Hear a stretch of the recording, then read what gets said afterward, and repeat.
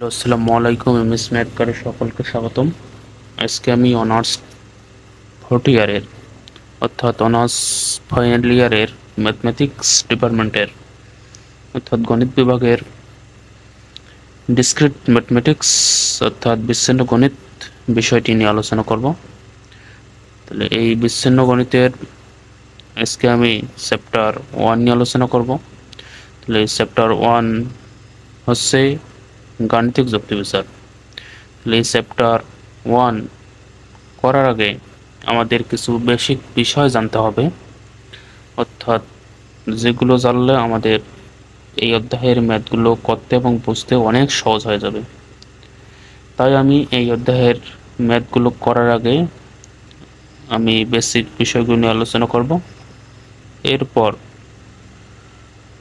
আমি ম্যাথে চলে যাব। তো আজকে আমি শুধু এই অধ্যায়ের বেসিক বিষয় নিয়ে আলোচনা করব। আগামী ক্লাসে এই অধ্যায়ের ম্যাথগুলো নিয়ে আলোচনা করব ধারাবাহিকভাবে। তাহলে প্রথমে এখানে লিখেছি সংযোজক, তারপর নাম, তারপর চিহ্ন। তাহলে এখানে হলো যদি প্রশ্নে কখনো দেখি না অথবা নয় হয় তাহলে সেটাকে চিহ্নিত করতে হবে নাকরণ দ্বারা, এবং এই নাকরণের চিহ্ন হবে এই যে এটা। আবার যদি প্রশ্নে দেখি এবং কথাটা আছে তাহলে সেটাকে চিহ্নিত করতে হবে যোজন দ্বারা, এবং চিহ্নটা হবে এটা। আবার যদি দেখি অথবা অর্থাৎ বাংলায় অথবা, তাহলে সেটাকে বলবো এই গাণিতিক যুক্তি বিচারের ক্ষেত্রে সেটাকে বলবো বিয়োজন, আর বিয়োজনের চিহ্নটা হবে এটা। তাহলে এটার নাম হচ্ছে যোজন চিহ্ন। তাহলে আবার এই যোজনের চিহ্নের মাথায় যদি এরকম দাড়ি থাকে ওটাকে বলবো বর্জনশীল যোজন। আবার এটা হলো বিয়োজন, আবার এটার মাথায় যদি এইরকম দাড়ি থাকে তাহলে সেটাকে বলবো বর্জনশীল বিয়োজন। একটা নোট দিয়ে রেখেছি। তাহলে এখানে লেখা আছে নোটটি হলো যদি এবং তবে হলে নাম হবে সত্যায়ন বা একমুখী সত্যায়ন।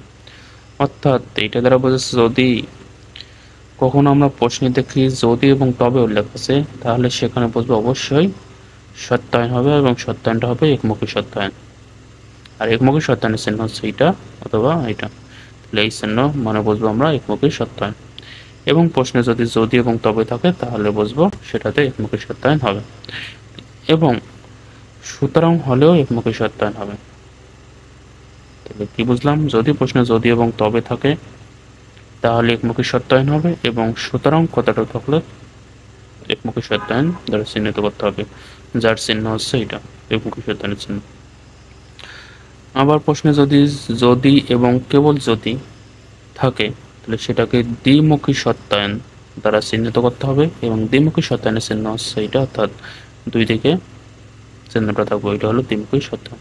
অর্থাৎ দ্বিমুখী সত্যায়ন এটা, আমরা এটাকে এভাবেও থাকতে পারি দ্বিমুখী সত্যায়ন, এভাবেও থাকতে পারি দ্বিমুখী সত্যায়ন। অর্থাৎ দ্বিমুখী সত্যায়নকে আমরা এভাবেও চিহ্নিত করতে পারি, এভাবেও চিহ্নিত করতে পারি। অর্থাৎ প্রশ্ন যদি বাংলা কথা দিয়ে যদি এবং কেবল যদি থাকে তাহলে সেটাকে দ্বিমুখী সত্যায়ন দ্বারা চিহ্নিত করবো। দ্বিমুখী সত্যায়ন চিহ্ন হচ্ছে এটা, আশা করি বুঝতে পেরেছেন। তাহলে এটাকে বলবো আমরা একমুখী সত্যায়ন, এটাকে বলবো আমরা দ্বিমুখী সত্যায়ন। এগুলো ভালোভাবে জেনে নিন। তারপর এটাকে বলবো যোজন, এটাকে বলবো বর্জনশীল যোজন, এটাকে বলবো বিয়োজন, এটাকে বলবো বর্জনশীল বিয়োজন, কারণ এগুলো আমাদের এর বিশেষ প্রয়োজন হবে। এবার আসি নাকরণ উক্তি। নাকরণ উক্তিটা কিভাবে চিন্তা করবো? যে কোনো উক্তি পি হইলে তার নাকরণ উক্তি পি দিয়ে এটা দ্বারা চিহ্নিত করাবো, এবং যদি কিউ হয় তাহলে নাকরণ উক্তি কিউ দিয়ে চিহ্ন দেবো, তাহলে বুঝবো নাকরণ উক্তি। তাহলে যদি পি ইকুয়াল টি হয় অর্থাৎ পি ইকুয়াল সত্য হয় তাহলে পি এর নাকরণ হবে মিথ্যা।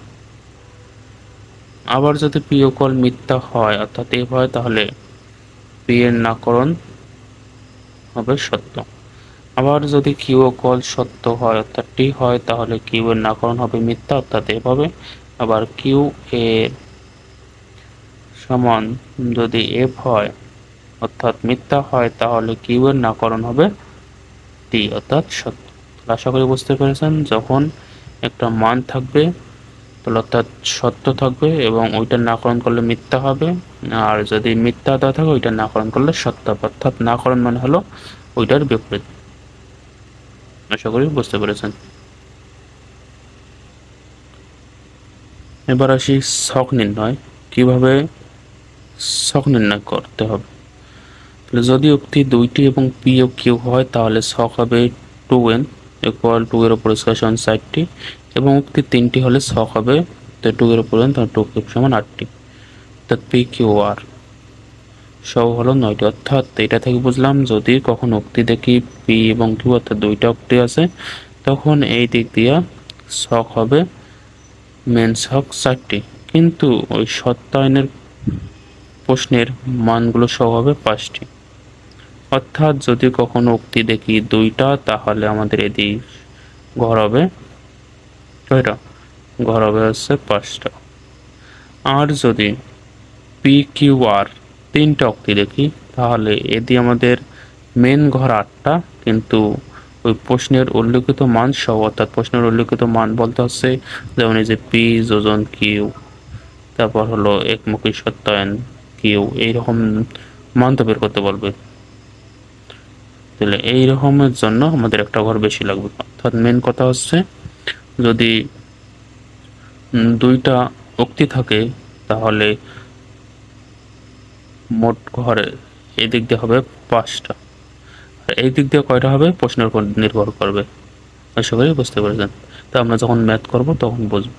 তাহলে আমরা সব সময় যদি এই দিক দিয়ে থাকে, অর্থাৎ এই দিক দিয়ে হবে, যদি উক্তি পি এবং কিউ থাকে তাহলে অবশ্যই এই দিক দিয়ে 5টা হবে। আমি আবারও বলছি, যদি উক্তি দুইটা থাকে অর্থাৎ পি ও কিউ থাকে তখন এই দিক দিয়ে সবসময় ঘর 5টা হবে। কয়টা হবে? 5টা। এরকম 1 2 3 4 5। আর এই দিক দিয়ে কয়টা হবে তা আমরা বলতে পারি না, কারণ এই দিক দিয়ে কয়টা হবে তা প্রশ্নের উপর ডিফারেন্স করবে, অর্থাৎ এইরকম যে প্রশ্ন থাকবে এটার উপর ডিফারেন্স করবে। তা আমরা যখন ম্যাথ করব তখন আরও পুরোপুরিভাবে ক্লিয়ার হবো। এরপর যখন তিনটা উক্তি থাকবে অর্থাৎ পি কিউ আর, তখন এই দিক দিয়ে ঘর হবে 9টা সবসময়। তাহলে আমরা কি বুঝলাম? যখন উক্তি দুইটা থাকবে তখন এই দিক দিয়ে ঘর হবে সবসময় 5টা, আর যখন তিনটা থাকবে উক্তি পি কিউ আর তখন এদিক দিয়ে ঘর হবে 9টা। আশা করি বুঝতে পেরেছেন। যেমন এখানে পি কিউ আর তিনটা উপাদান আছে, সেই কারণে ঘর হবে এইটা সহ 9টা, যে 1 2 3 4 5 6 7 8 9। আর যদি দুইটা থাকে তাহলে এদিক দিয়ে ঘর হবে কয়টা? 4টা। তাহলে এখানে যেহেতু পি কিউ আর আছে তাহলে এই দিক দিয়ে হবে 9টা।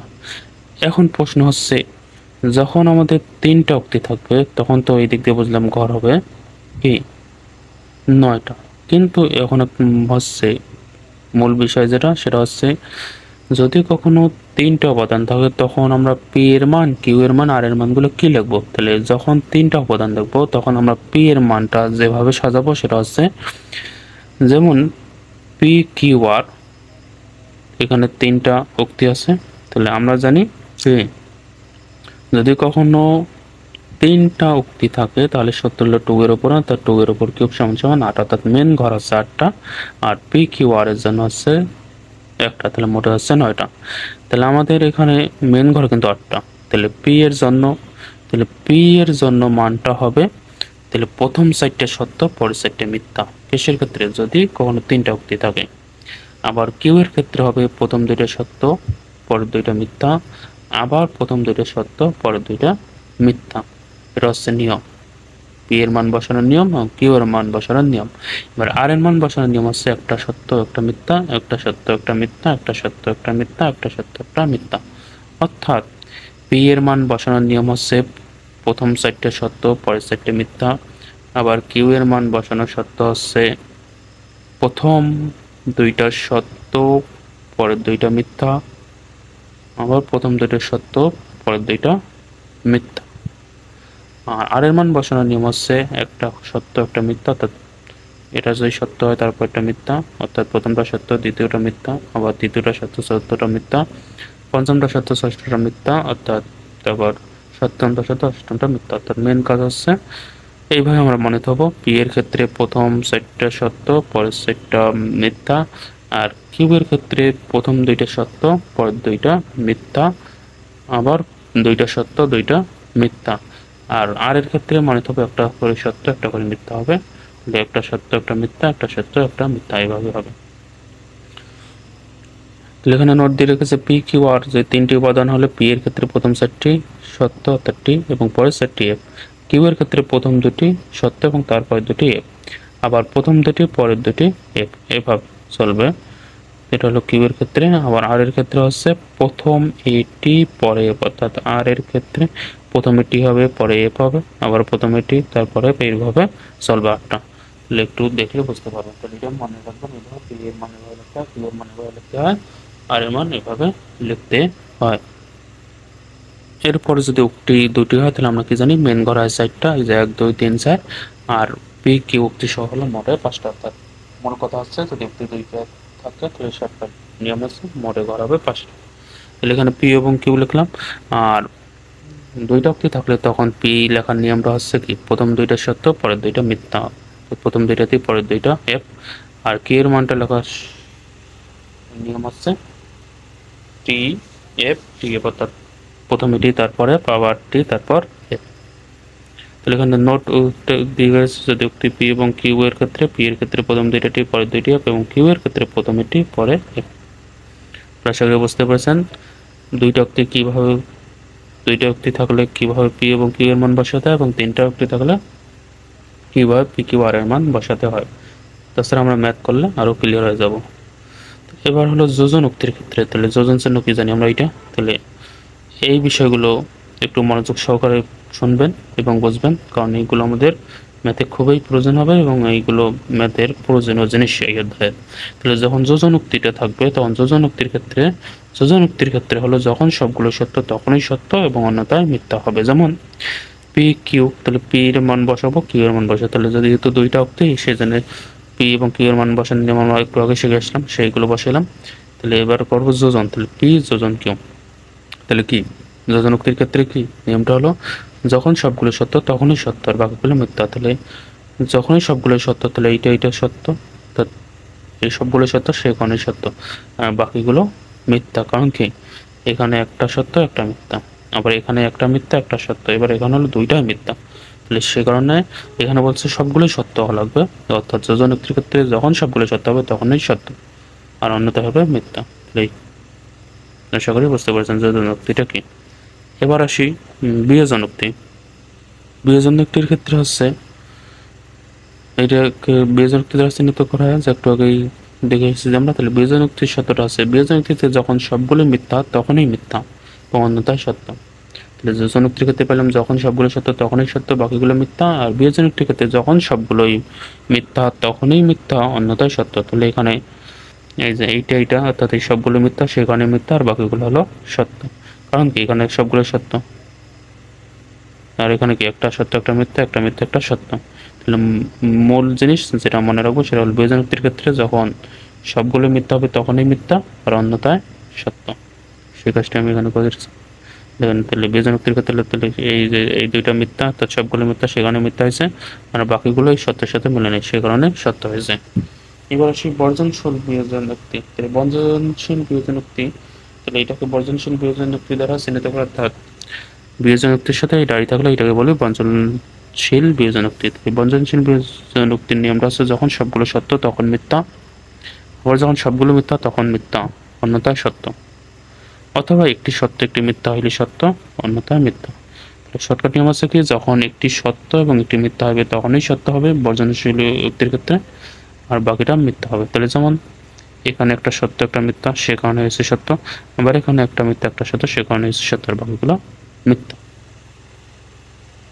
তাহলে বর্জনশীল বিয়োজন উক্তির ক্ষেত্রে মনে রাখবো, তাহলে একটা সত্য একটা মিথ্যা হলে তখনই সত্য অন্যথায় মিথ্যা। তাহলে একটা সত্য একটা মিথ্যা সেখানে সত্য হয়েছে, একটা মিথ্যা একটা সত্য ওখানে সত্য হয়েছে, আর বাকিগুলো মিথ্যা। আশা করি বুঝতে পেরেছেন। এরপর এখন আসি একমুখী সত্যায়ন। তাহলে একমুখী সত্যায়নের ক্ষেত্রে নিয়মটা হচ্ছে, একমুখী সত্যায়নের ক্ষেত্রে প্রথমটি সত্য হওয়া লাগবে এবং পরেরটি মিথ্যা হলে তখনই সে মিথ্যা এবং অন্যতা সত্য হবে।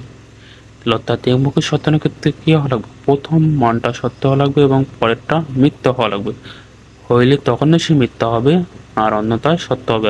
এই সত্য না মানলে তাহলে সত্য হবে। তাহলে অর্থাৎ একমুখী সত্যায়নের ক্ষেত্রে প্রথম মানটা টি এবং পরের মানটা যদি এফ হয় তাহলে তখন নিশ্চিত হবে মিথ্যা আর অন্যথায় সত্য। তাহলে এই পি এবং কিউ এর মান বসালাম আর একমুখী সত্যায়ন বসালাম। একমুখী সত্যায়নের নিয়ম কি বললাম, প্রথমটা সত্য হওয়া লাগবে, পরেরটাই মিথ্যা হওয়া লাগবে, তাহলে তখন নিশ্চিত মিথ্যা আর অন্যথায় সত্য। তাহলে এখানে দেখেন প্রথমটা সত্য পরেরটা মিথ্যা, এই কারণে হয়েছে মিথ্যা। আবার দেখেন এখানে প্রথমটা মিথ্যা পরেরটা সত্য, এই সত্যের সাথে কি বলছে, মেলে নাই, কারণ এখানে বলছে প্রথমটা সত্য এবং পরেরটা মিথ্যা হওয়া লাগবে। এখানে কিন্তু প্রথম মিথ্যা পরে সত্য, তাহলে এই সত্যের সাথে মেলে নাই, সেই কারণে এখানে মিথ্যা হবে না। অর্থাৎ শুধু এই নিয়মটা, অর্থাৎ এইটাই শুধু এই সত্যের সাথে মিলছে, অর্থাৎ প্রথমটা সত্য পরেরটা মিথ্যা। তাহলে যেহেতু এখানে বলছে প্রথমটা সত্য পরেরটা মিথ্যা হলো মিথ্যা, বাকিগুলো কি সত্য, কারণ কি বাকিগুলো একটাও এই সত্যের সাথে মেলেনি, সে কারণে বাকিগুলো সত্য, অর্থাৎ ঠিক। এবার দ্বিমুখী সত্যায়নের ক্ষেত্রে, তাহলে দ্বিমুখী সত্যায়নের ক্ষেত্রে নিয়মটা হচ্ছে, তার দ্বিমুখী সত্যায়নের ক্ষেত্রে নিয়ম হচ্ছে যদি সবগুলো সত্য এবং সবগুলো মিথ্যা হয় তাহলে তখন নিশ্চিত সত্য হবে এবং অন্যথায় মিথ্যা হবে। তাহলে কি বললাম, দ্বিমুখী সত্যায়নের ক্ষেত্রে যদি সবগুলো সত্য হয় তখনই পাবো সত্য এবং সবগুলো মিথ্যা হইলেও সত্য আর অন্যথায় মিথ্যা। অথবা একটা বলতে পারি একটি সত্য এবং একটি মিথ্যা হইলে মিথ্যা এবং অন্যথায় সত্য। তাহলে একটি সত্য এবং একটি মিথ্যা হইলে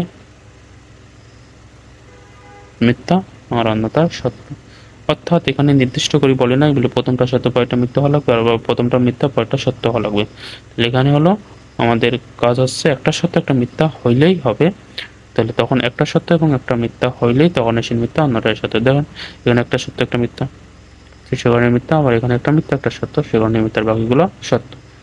তাহলে আবার এই নিয়মটা যদি আসি, তাহলে এই নিয়মটার ক্ষেত্রে কাজ হচ্ছে যখন সবগুলো সত্য তখনও সত্য, যখন সবগুলো মিথ্যা তখনও সত্য। তাহলে এখানে যখন সবগুলো সত্য সে কারণেই সত্য, আবার এখানে সবগুলো মিথ্যা সে কারণেই সত্য। অর্থাৎ আমরা এটা দিয়েও করতে পারবো এটা দিয়েও করতে পারবো। অর্থাৎ প্রথম নিয়মটা হচ্ছে যখন সবগুলো সত্য তখন সত্য এবং যখন সবগুলো মিথ্যা তখনও সত্য। কৃষির ক্ষেত্রে দ্বিমুখী সত্যায়নের ক্ষেত্রে আবার এটাও মনে রাখতে পারি একটা সত্য এবং একটা মিথ্যা হইলে হবে মিথ্যা অন্যথা সত্য, যে কোনো প্রথমে যে সত্য এবং পরে মিথ্যা, আবার প্রথমে মিথ্যা পরে সত্য, যে কোনো একটা হইলে হবে। তাহলে যেমন একমুখী সত্যায়নের ক্ষেত্রে প্রথমটা পরেরটা মিথ্যা হইতে হবে তখনই সে মিথ্যা হবে, কিন্তু এখানে আমাদের প্রথমটা সত্য পরেরটা মিথ্যা হইলেও চলবে এবং প্রথমটা মিথ্যা পরেরটা সত্য হইলেও চলবে, কারণ এখানে তো বলে দেন এগুলো প্রথমটা সত্য পরেরটা মিথ্যা। অর্থাৎ আমাদের কাজ হচ্ছে একটা সত্য একটা মিথ্যা হইলেই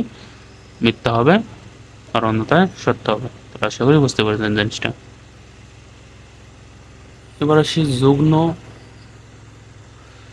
তাহলে এবার আসি যুগ্ন অস্বীকারোক্তি। তাহলে যুগ্ন অস্বীকারোক্তি অর্থাৎ যুগ্ন অস্বীকারোক্তিকে এই চিহ্ন দ্বারা প্রকাশ করা হয়, লম্বা দিয়ে দাঁড়িয়ে দিয়ে এইরকম চিহ্ন থাকলে যুগ্ন অস্বীকারোক্তি। তাহলে যুগ্ন অস্বীকারোক্তির ক্ষেত্রে যখন সবগুলো মিথ্যা তখনই সত্য অন্যথায় মিথ্যা হবে। তাহলে যুগ্ন অস্বীকারোক্তিটার নিয়ম হচ্ছে যখন সবগুলো মিথ্যা হবে তখনই সত্য অন্যথায় মিথ্যা। তাহলে যখন সবগুলো মিথ্যা তখনই হবে সত্য, অর্থাৎ তখনই হবে টি আর বাকিগুলো হবে মিথ্যা। তাহলে আশা করি বুঝতে পেরেছেন এই জিনিসটা। এরপর যেটা নিয়ে আলোচনা করছি সেটা হচ্ছে এটা খুবই গুরুত্বপূর্ণ এবং ভেরি ভেরি ইম্পর্টেন্ট, অর্থাৎ প্রত্যেক বছরেই এটা দিয়ে আমাদের ম্যাথ এসে থাকে। অর্থাৎ এখানে আমি নোট দিয়ে রেখেছি যেটা হচ্ছে ট্যাটোলজি। ট্যাটোলজি বা বৈধ বা স্বতঃসিদ্ধ একই জিনিস। ট্যাটোলজিও যা বৈধতা স্বতঃসিদ্ধতা, অর্থাৎ প্রশ্ন বলতে পারে একটা প্রশ্ন দিয়ে এরকম প্রশ্ন দিয়ে বলতে পারি দেখো ট্যাটোলজি, আবার কোনো একটা প্রশ্ন দিয়ে বলতে পারি বৈধ, কোনো একটা প্রশ্ন দিয়ে বলতে পারি স্বতঃসিদ্ধ।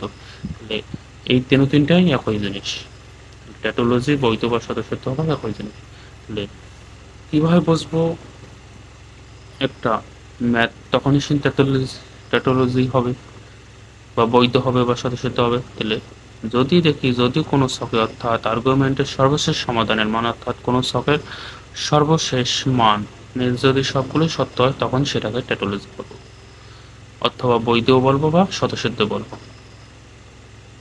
আবার ওই ট্যাটোলজি যদি না হয় সেটাকে আমরা অবৈধ বা ফেলেসি বলতে পারি। তাহলে যদি ট্যাটোলজি না হয় তাহলে ট্যাটোলজি না হবে কখন? যদি মানগুলো সবগুলো মান সত্য না হয় তখন সেটা হবে কি? ফেলেসি বা অবৈধ। দেখেন এখানে একটা মান, তাহলে ধরেন এটা প্রশ্ন বের করতে বলছে এবং এইটা বের করার পর আমাদের সবগুলো সত্য বলেছে, তাহলে এই কারণে অর্থাৎ সর্বশেষ সংখ্যায় সাপোজ সত্য বেরোছে, তাহলে তখন সেটাকে আমরা বলবো ট্যাটোলজি।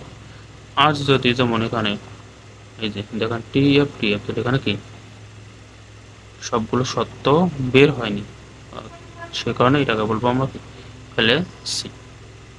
আশা করি বুঝতে পারছেন ট্যাটোলজি কখন হবে, ফেলেসি কখন হবে।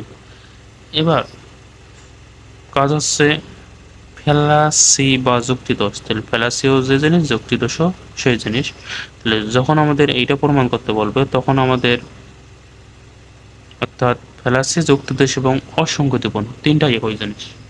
অর্থাৎ ফ্যালাসিও যা, যুক্তিদোষতা, অসঙ্গতিপূর্ণতা। অর্থাৎ কখন একটা সমাধান কে অর্থাৎ প্রশ্নের মানকে ফ্যালাসি, যুক্তিদোষ, অসঙ্গতি বলবো, কিভাবে বুঝবো? যখন আমাদের ওই প্রশ্নের সর্বশেষ ক্যালকুলেশন মানটা সবগুলো মান মিথ্যা হবে তখন সেটাকে আমরা অসঙ্গতিপূর্ণ বলতে পারবো, রাশিও বলতে পারবো, যুক্তিদোষও বলতে পারবো। দেখেন এখানে একটা ধরেন এরকম একটা ম্যাথ দেওয়া থাকবে, বলবে দেখাও যে এটা অসঙ্গতিপূর্ণ রাশি বা যুক্তিদোষ, তখন কি দেখতে হবে?